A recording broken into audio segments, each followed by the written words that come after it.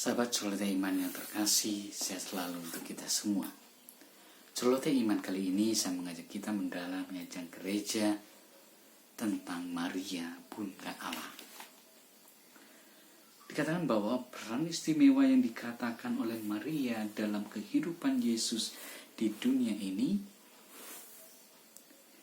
membuatnya memiliki tempat yang istimewa dalam gereja Katolik. Hal ini juga mendorong gereja Katolik untuk lebih jauh merenungkan keistimewaan yang ada padanya. Apa yang sudah lama diyakini oleh gereja mengenai Maria itu kemudian diungkapkan dalam 4 dogma. Dogma bukanlah ajaran gereja ciptaan Paus, melainkan pengumuman dari keyakinan yang telah lama dipegang oleh gereja. Sekalipun tidak langsung, seluruh dogma ini bersumber pada sabda Allah yang tertulis dalam kitab suci. Pertama, marilah kita melihat Maria sebagai Bunda Allah atau Theotokos. Malaikat Gabriel menyatakan bahwa Maria akan melahirkan anak laki-laki sekalipun ia belum bersuami. Tidak ada yang mustahil bagi Allah. Roh Kudus akan turun atas Maria dan kuasa Allah yang maha tinggi akan menaunginya. Karena itu anak yang akan dilahirkannya itu akan disebut anak Allah yang maha tinggi. Ketika bertemu dengan Maria, Elizabeth karena dorongan Roh Kudus menyebut Maria sebagai Ibu Tuhanku. Dan merasa tidak pantas menerima kunjungannya. Semasa Yesus berkarya, Maria dikenal sebagai Ibu Yesus. Karena itu gereja menyatakan ia yang dikandungnya melalui Roh Kudus sebagai manusia dan yang dengan sesungguhnya telah menjadi putranya menurut daging. Sungguh benar putra Bapa yang abadi, pribadi kedua Tritunggal Maha Kudus. Gereja mengakui bahwa Maria dengan sesungguhnya Bunda Allah atau Theotokos yang melahirkan Allah. Keyakinan ini diungkapkan pada tanggal 1 Januari 431 dalam konsili Efesus. Selanjutnya, tanggal 1 Januari ditetapkan sebagai Hari Raya Santa Maria Bunda Allah.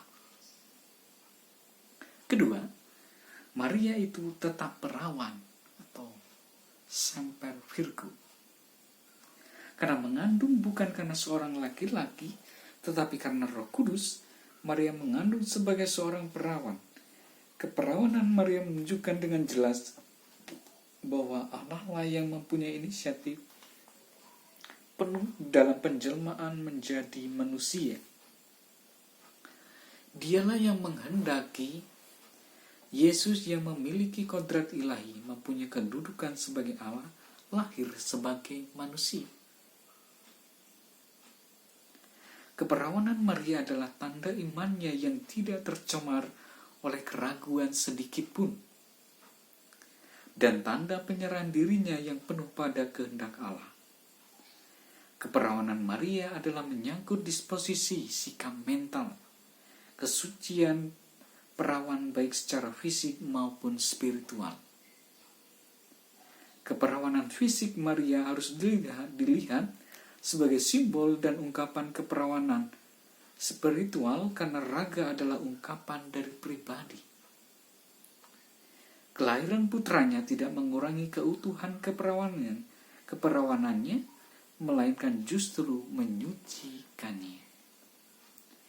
Keyakinan gereja bahwa Maria tetap perawan ini ditetapkan pada tahun 553 dalam konsili Konstantinopel. Ketiga, Maria dikandung tanpa noda. Allah telah memilih Maria untuk melahirkan anaknya karena Allah tidak bisa bersatu dengan dosa.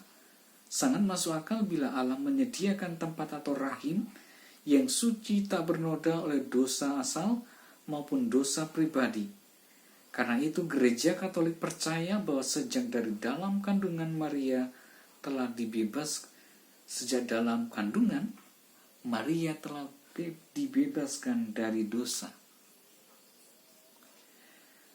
Pada tanggal 8 Desember 1854, Paus Pius ke-9 menyatakan bahwa perawan suci Maria sejak pertama dikandung oleh rahmat yang luar biasa dan oleh pilihan Allah yang maha kuasa, karena pahala Yesus Kristus, penebus umat manusia, telah dibebaskan dari segala noda dosa asal. Maka tanggal 8 Desember kemudian ditetapkan sebagai Hari Raya Santa Maria dikandung tanpa noda. Selanjutnya, Maria yang keempat diangkat ke surga. Apa ganjaran yang layak diberikan kepada Maria mengingat perannya dalam karya penyelamatan yang dilakukan oleh Yesus Kristus? Kita percaya bahwa ia pantas menerima ganjaran tertinggi dari antara segala ganjaran yang diterima oleh seluruh umat manusia. Jiwa dan badannya diangkat ke surga. Keyakinan gereja ini diungkapkan oleh Paus Pius ke-12 pada tanggal 1 November 1950. Perawan tak bernoda yang tidak pernah terkena oleh segala cemar dosa asal, sesudah menyelesaikan perjalanan hidupnya di dunia, telah diangkat memasuki kemuliaan surgawi beserta badan dan jiwanya. Gereja merayakan peristiwa ini setiap tanggal 15 Agustus, Hari Raya Maria diangkat ke surga. Lalu saudara-saudariku, sahabat celoteh iman yang terkasih, kita diundang oleh gereja, diajarkan oleh gereja untuk menghormati Maria. Mengapa kita harus menghormati Maria? Gereja memahami bahwa sebagai ibu yang melahirkan juru selamat, Maria memegang peran yang istimewa dalam karya penyelamatan yang dikerjakan oleh Kristus. Pemahaman ini membangkitkan sikap hormat dan kasih di dalam hati para anggota gereja, sehingga terbangunlah relasi pribadi dengan Ibu Yesus. Sikap hati ini kemudian diwujudkan dengan berbagai cara yang tidak hanya melibatkan otak, tetapi juga segi emosional dan afeksi manusiawi. Maria bukan hanya tokoh yang pernah hidup di masa lampau yang diingat dengan rasa hormat dan kagum. Sebaliknya, Maria secara aktual tetap berarti bagi kaum beriman dan secara pribadi dapat dihubungi. Sejak zaman kuno, Maria dihormati dengan gelar Bunda Allah. Dan dalam segala bahaya dan kebutuhan mereka, umat beriman sambil berdoa mencari perlindungannya.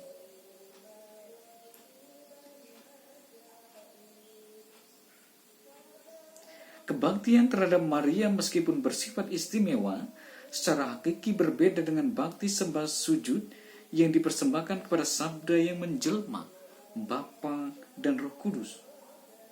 Kebaktian kepada Bunda Allah itu mendapat ungkapannya dalam pesta-pesta liturgi yang dikhususkan untuk Bunda Allah. Dan secara dalam, doa yang berkaitan dengan Maria seperti Rosario dan Malaikat Tuhan, sikap hormat itu juga diwujudkan dengan mengunjungi tempat kudus yang dipersembahkan untuk Bunda Maria dan berdoa di tempat itu. Selain itu, di rumah-rumah dipasang patung Maria untuk mengingatkan bahwa dia menyertai untuk berdoa karena ia hadir di rumah kita. Marilah berdoa. Ya Allah Bapa kami, putramu rela menjadi manusia untuk menyelamatkan kami dari kekuasaan dosa. Untuk itu Engkau telah memilih Maria menjadi ibu yang melahirkannya. Dengan setia ia telah menjalankan tugas yang Kau percayakan kepadanya, yakni menjadi ibu penyelamat kami. Karena itu Engkau pun telah menganugerahkan kemuliaan surgawi kepadanya. Ya Bapa, bantulah kami agar kami setia kepadamu seperti Bunda Maria. Bantulah kami juga agar kehadiran Bunda Maria dalam kehidupan kami senantiasa mengingatkan kami untuk berbakti kepadamu dan untuk menjadi harapan kehidupan abadi sebagai pegangan hidup kami. Demi Kristus Tuhan dan pengantara kami. Amin. Dalam nama Bapa dan Putra